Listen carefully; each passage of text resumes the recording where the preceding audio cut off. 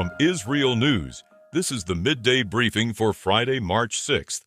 Air raid sirens sounded in central Israel and parts of the West Bank just hours after the start of the Jewish Sabbath, following missile launches from Iran. The Israel Defense Forces say the missiles were intercepted by air defense systems, and no casualties or damage were reported.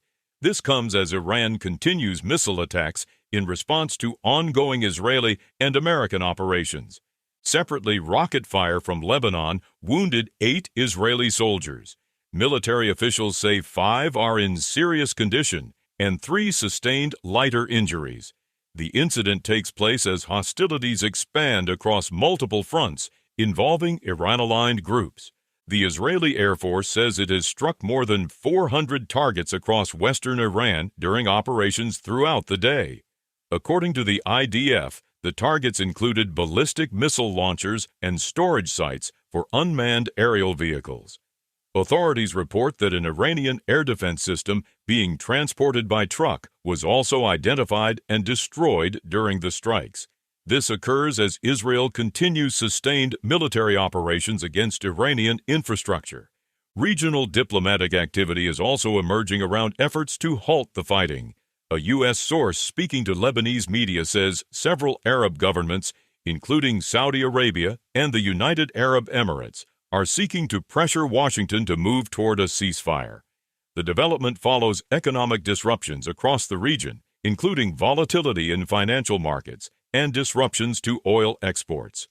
Iran has issued a warning to the Kurdistan regional government in Iraq, cautioning against allowing hostile forces to operate along the border with Iran. Iranian military officials say they would take decisive action if such activity occurs. This takes place as tensions grow along multiple regional borders.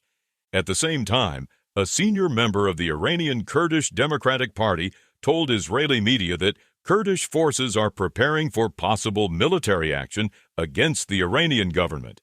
The official said Kurdish fighters are already positioned inside Iran and are waiting for what he described as the right moment to act. This occurs amid growing instability inside Iran, following recent military strikes. The commander of U.S. Central Command, Admiral Brad Cooper, says Iran has launched attacks affecting 12 countries across the Middle East and has targeted civilian areas in several cases. Cooper cited drone launches toward residential neighborhoods in Bahrain as an example. The statement comes as U.S. forces coordinate regional defense efforts with allied governments. The United Kingdom says it will assist Bahrain in defending against Iranian attacks. British officials say the move follows discussions between Prime Minister Keir Starmer and Bahrain's King Hamad. This reflects expanding international military coordination as the conflict spreads. European governments are also reinforcing security around Cyprus.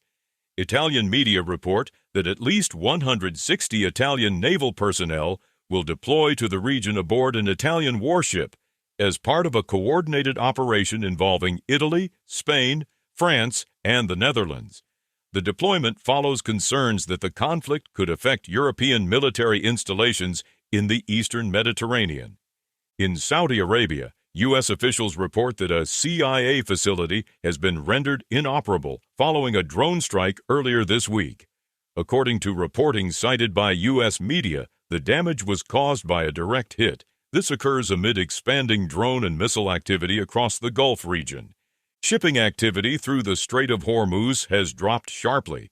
Maritime tracking data show that only 9 commercial vessels have crossed the strategic waterway since Monday. The slowdown follows recent attacks on shipping in the area and rising security concerns in one of the world's most critical energy transit routes. Those are the latest headlines from IsReal News.